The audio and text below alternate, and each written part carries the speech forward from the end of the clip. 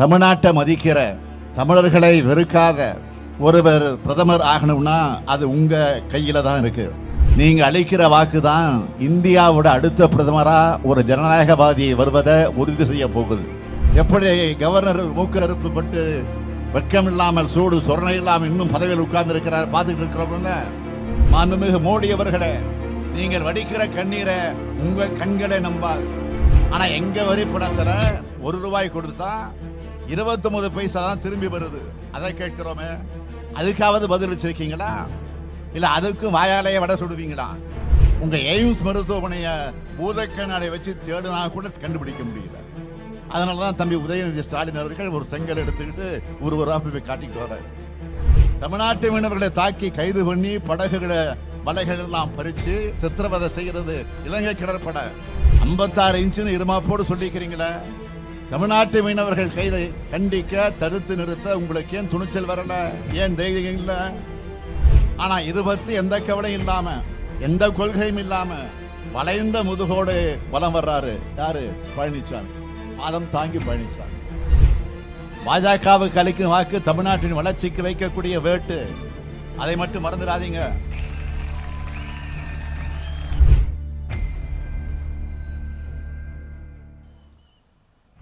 தமிழ்நாட்டை மதிக்கிற, தமிழர்களை வெறுக்காத ஒருவர் பிரதமர் ஆகணும்னா அது உங்க கையில தான் இருக்கு. நீங்க அளிக்கிற வாக்கு தான் இந்தியாவோட அடுத்த பிரதமரா ஒரு ஜனநாயகவாதி வருவதை உறுதி செய்ய போகுது. உங்க வாக்கு தான் ஒரு மனிதனே மேய்க்க ஒருத்தரை பிரதமர் பொறுப்புல உட்கார வைக்க போகுது. அதுக்கு பிரதமர் நரேந்திர மோடியை தோற்கடிச்சாகணும். மீண்டும் மோடி ஆட்சிக்கு வந்தா அமைதியான இந்தியா அமளியான இந்தியாவாக மாறிடும். அதற்கு சமீபத்திய உதாரணம் மணிப்பூர் மாநிலத்தில் நடந்த கலவரம். அந்த மாநில மக்கள் என்னென்ன கஷ்டப்பட்டாங்க. சொந்த நாட்டிலேயே அகதிகள் மாதிரி வாழ்ந்தாங்க. நம்ம எம்பிக்கள் குழு போய் பார்த்தப்போ தாய்மார்கள் கதறினாங்க. அதெல்லாம் மறக்க முடியுமா? அதனாலதான் அழுத்தம் திருத்தமாக சொல்லுகிறேன், பாஜக மீண்டும் ஆட்சிக்கு வந்தா ஒரு தாய் மக்களா வாழற, ஒற்றுமையா வாழக்கூடிய இந்தியாவை வெறுப்பு விதைகளை தூவி நாசம் பண்ணிடுவாங்க. அதை மனசுல வச்சு அமைதியான வளர்ச்சியை நோக்கிய இந்தியாவுக்காக நீங்க வாக்களிக்கணும்னு கேட்கத்தான் நான் வந்திருக்கிறேன். சில நாட்களுக்கு முன்னால குமரிக்கும் திருநெல்வேலிக்கும் பிரதமர் நரேந்திர மோடி வந்திருந்தார். எலெக்ஷன் வந்துருச்சுன்னு இப்போ அடிக்கடி வர வந்து போய் கொண்டிருக்கக்கூடிய பிரதமர் மோடி அவர்களே, வெள்ளம் வந்தப்போ எங்க இருந்தீங்க? 2 இயற்கை பேரிடர் அடுத்தடுத்து தமிழ்நாட்டோட வட மாவட்டங்களையும் தென் மாவட்டங்களையும் தாக்குச்சு. பிரதமர் மோடி அவர்களே, ஒரு பைசாவாவது கொடுத்தீங்களா? இல்லையே. நிதிதான் தரல. ஓட்டு கேட்டு வந்தப்போ மக்களுக்கு ஆறுதல் வார்த்தையாவது சொன்னீங்களா? இந்த கூட்டத்தின் மூலமாக நான் பகிரங்கமாக அறிவிக்கிறேன், எப்படி கவர்னர் மூக்கறுப்பு பட்டு வெட்கம் இல்லாமல் சூடு சொரணை இல்லாமல் இன்னும் பதவியில் உட்கார்ந்து இருக்கிறார் பார்த்துட்டு இருக்கிறவங்க. அதே போல நீதிமன்றத்திற்கு செல்ல இருக்கிறோம். சட்டப்பேரவை நிறைவேற்றி அனுப்புற சட்டத்துக்கு கையெழுத்து போட சொல்லுங்கன்னு நீதிமன்றம் போனோம். பொன்முடி அவர்களை மீண்டும் அமைச்சராக்க வலியுறுத்த நீதிமன்றம் போனோம். இப்போ நிதி கேட்டும் நீதிமன்றம் தான் போகணும். பாஜக எத்தகைய ஓர வஞ்சனையான அரசாக நடந்துகிட்டு இருக்கு. ஓர வஞ்சனை மட்டுமா பண்றாங்க, நிதியையும் தராம நம்ம மக்களை ஏளனம் வேற பண்றாங்க, கேலி பண்றாங்க, கிண்டல் பேசுறாங்க. நிதியமைச்சர் நிர்மலா சீதாராமன் அவர்கள் நிவாரண நிதியும் தரமாட்டாங்களாம். மாநில அரசே மக்களுக்கு நிவாரண தொகையை வழங்கினா அதையும் பிச்சைன்னு ஏளனம் பண்ணுவாங்களாம். அவங்களுக்கு நான் சொல்லிக்கொள்ள விரும்புவது, அரசு செலவு பண்ற ஒவ்வொரு ரூபாயும் மக்களுடைய பணம். அவங்க கஷ்டப்படும் போது அவங்களுக்கு உதவுறது தான் அரசனுடைய கடமை. அதை கேட்கிறது மக்களுடைய உரிமை. மக்களாட்சிகளை மக்களையே ஆமதிச்ச போவே உங்களுடைய தோல்வி உறுதியாயிடுச்சு. அம்மையார் அவர்களை ஒரு முறையாவது மக்களை வந்து சந்திச்சு பாருங்க, அப்ப தெரியும் மக்கள் உங்களுக்கு என்ன பதில் வச்சிருக்காங்கன்னு. அதுக்கப்புறம் பிச்சைங்கிற வார்த்தையே உங்களுக்கு ஞாபகத்துக்கு வராது. ஆட்சி இருக்கு, பதவி இருக்குன்னு பாஜகவிட என்ன வேணும்னாலும் ஆணவமா பேசலாமா? அதுல ஒரு ஒன்றிய அமைச்சர் தமிழர்களை பிச்சைக்காரர்கள் சொன்னா, இன்னொரு ஒன்றிய அமைச்சர் தமிழர்களை தீவிரவாதிகள், பயங்கரவாதிகள் குற்றம் சாட்டுகிறார். தமிழர்கள் மேல ஏன் இத்தனை கோபம், வெறுப்பு, வன்மம்? மக்களிடையே வெறுப்பை விதைச்சு பிளவுகளை உண்டாக்கி அதுல குளிர்காய நினைக்கிற பாஜகவோட எண்ணங்கள் ஒருபோதும் பலிக்காது. தமிழ்நாட்டுக்காக உங்க தலைமையிலான ஒன்றிய பாஜக அரசு கொண்டு வந்த சிறப்பு திட்டங்கள் என்ன? என் கேள்விக்கு என்ன பதில்? பதில் சொல்லுங்கள் பாரத பிரதமர் மோடி அவர்களே. தமிழ்நாட்டுக்கு ஒரு சிறப்பு திட்டத்தோட பேர் கூட சொல்ல முடியாம 10 ஆண்டு காலமாக என்ன சாதிச்சீங்க? ஆனா எங்க வரி பணத்துல ₹1 கொடுத்தா 29 பைசா தான் திரும்பி வருது. அதை கேட்கிறோமே, அதுக்காவது பதில் வச்சிருக்கீங்களா? இல்ல அதுக்கும் வாயாலேயே வடை சுடுவீங்களா? ஏன்னா தமிழ்நாட்டையும் தமிழ்நாட்டு மக்களையும் உங்கள மாதிரி வெறுத்த வஞ்சித்த ஒரு பிரதமர் இந்திய வரலாற்றிலே இதுவரை கிடையாது. மாண்புமிகு மோடி அவர்களே, நீங்கள் வடிக்கிற கண்ணீரை உங்க கண்களை நம்பாது. அப்புறம் எப்படி தமிழ்நாட்டு மக்கள் உங்களை நம்புவாங்க?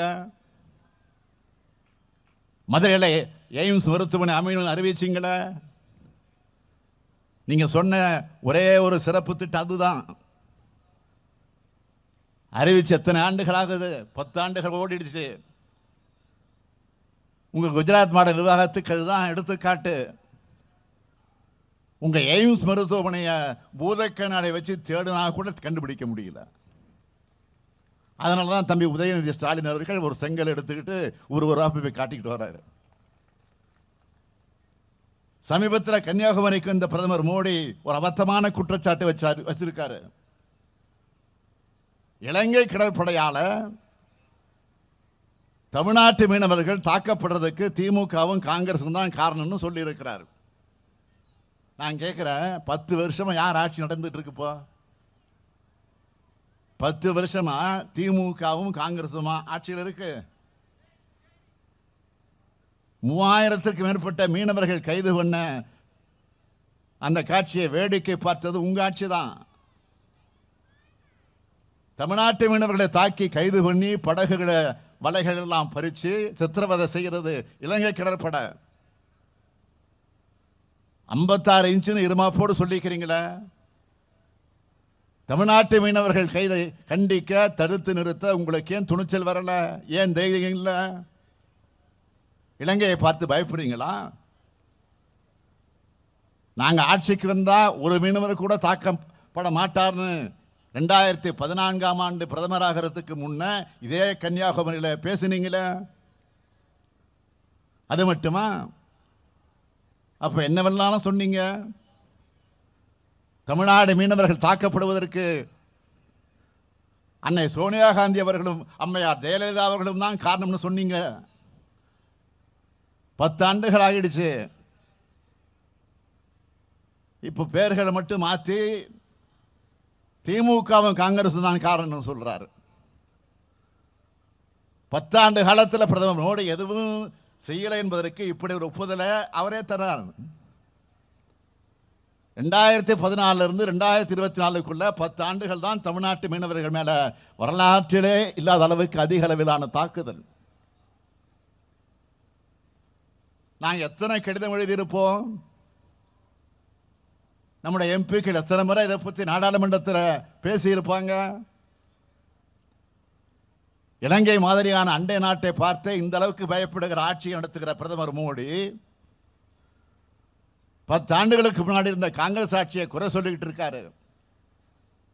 இன்னும் சொல்லணும்னா பிரதமர் மோடியோட முழு நேர வேலை என்ன தெரியுமா? இன்னைக்கு பண்டித நேருவை என்ன சொல்லி திட்டலாம், அன்னை சோனியா காந்தி அவர்களை எப்படி வசைபாட முடியலாம், நம்முடைய சகோதரர் ராகுல் காந்தியை பார்த்து பயப்படாத மாதிரி எப்படி நடிச்சு காட்டலாம். எல்லாத்துக்கும் மேல தேர்தலுக்கு ₹1 கூட செலவு பண்ண விடாம காங்கிரசுடைய வங்கி கணக்கை முடக்கி பாஜகவுடைய தேர்தல் பத்திர ஊழல் எப்படி திசை திருப்பலாம். இதுதான் பிரதமர் மோடி இப்போ சிந்திச்சுட்டு இருக்கிறார். நாடு இப்படிப்பட்ட பேராபத்தில் சிக்கி தவிச்சுக்கிட்டு இருக்கு. ஆனா இது பத்தி எந்த கவலையும் இல்லாம, எந்த கொள்கையும் இல்லாம வளைந்த முதுகோடு வலம் வர்றாரு. யாரு? பழனிசாமி. பாதம் தாங்கி பழனிசாமி. நடக்கிறது நாடாளுமன்ற தேர்தல். 10 ஆண்டுகளா ஒன்றியத்தில் ஆட்சியில் இருந்து நாட்டை படுகொலியில் தள்ளியுள்ள பிரதமராக இருக்கக்கூடிய மோடி அவர்களை பற்றியோ பாஜக பற்றியோ கண்டிச்சு பேச பழனிசாமிக்கு தெம்பு இருக்கா? பழனிசாமி அவர்களே, உங்க கள்ள கூட்டணி கபட நாடகத்தில் கூட பாஜக எதிர்க்கிறதுக்கான துணிவு இல்லையா உங்களுக்கு? கேள்விக்குறி போல வளைந்திருப்பது அவமானத்தினுடைய அவமானம் இல்லையா? பாஜகவுக்கு எதிரான வாக்குகளை எப்படியாவது பிரிக்கணும்னு களமிறக்கப்பட்டிருக்கக்கூடிய மறைமுக பாஜக வேட்பாளர்கள் தான் பழனிசாமியால் களமிறக்கப்பட்டிருக்கக்கூடிய அதிமுக வேட்பாளர்கள். பழனிசாமி அவர்களிடம் தமிழ்நாட்டு மக்களிடம் மட்டுமல்ல, அதிமுக தொண்டர்களும் செல்வாக்கு இழந்து விட்டார். சிறுபான்மை மக்களுக்கு எதிரான குடியுரிமை திருத்த சட்டத்தை நாடாளுமன்றத்தில் ஆதரிச்சு வாக்களிச்சு குடியுரிமை திருத்த சட்ட திருத்தத்துக்கு எதிராக திமுக சார்பில் நாங்க 1 கோடி பேரிடம் கையெழுத்து வாங்க இயக்கத்தை நடத்தினப்போ எந்த முஸ்லீம் பாதிக்கப்பட்டார்னு பாஜக டப்பிங் வாய்ஸா பேசினவர் தான் பழனிசாமி. இப்ப பாஜகவோட கதை, திரைக்கதை, வசனம், டைரக்ஷன்ல தனியா போட்டி போடுற கபட நாடகத்தை நடத்திக்கிட்டு இருக்கிறார். நேற்று பழனிசாமி திருச்சியில பேசினார். அப்படி பேசுறப்ப பாஜக விமர்சிச்சு அவர் வாயிலிருந்து ஒரு வார்த்தையாவது வந்துச்சா? இதுதான் கள்ள கூட்டணி. பாஜகவை விமர்சிக்காம எதிர்க்காம தமிழ்நாட்டை நாசப்படுத்த துணை போகக்கூடிய பழனிசாமி என்ன சொன்னா தெரியுமா? ஒற்றை விரலால் ஓங்கி அடிப்போம் அப்படின்னு சபதம் எடுக்கிறார். தன்னோட விரல்கால தமிழ்நாட்டு மக்களின் கண்ணை குத்திய பழனிசாமி எடுப்பது சபதம் அல்ல, வெற்று சவாடாலூர். மாவீரர் பூலித்தேவனும் வீரபாண்டிய கட்டபொம்மனும் மருதூர் பாண்டியர்களும் சுந்தரலிங்கமும் கப்பலோட்டிய தமிழர் வ.உ. சிதம்பரனாரும் மகாகவி பாரதியாரும் போராடி பெற்ற விடுதலையால் உருவான நாட்டில் சர்வாதிகாரி ஆட்சியை தலை தூக்க நாம் அனுமதிக்க விடலாமா? ஒண்ணு மட்டும் அழுத்தமாக சொல்றேன், தமிழுக்கும் தமிழினத்துக்கும் தமிழ்நாட்டுக்கும் விரோதமான கட்சி பாஜக. பாஜகவுக்கு அளிக்கும் வாக்கு தமிழ்நாட்டின் வளர்ச்சிக்கு வைக்கக்கூடிய வேட்டு. அதை மட்டும் மறந்துடாதீங்க. தமிழ்நாட்டை வஞ்சித்த பாஜக, தமிழ்நாட்டை பாழ்படுத்தி அதிமுக, 2 பேரையும் ஒரு சேர வீழ்த்துங்க. தயாராயிட்டீங்களா?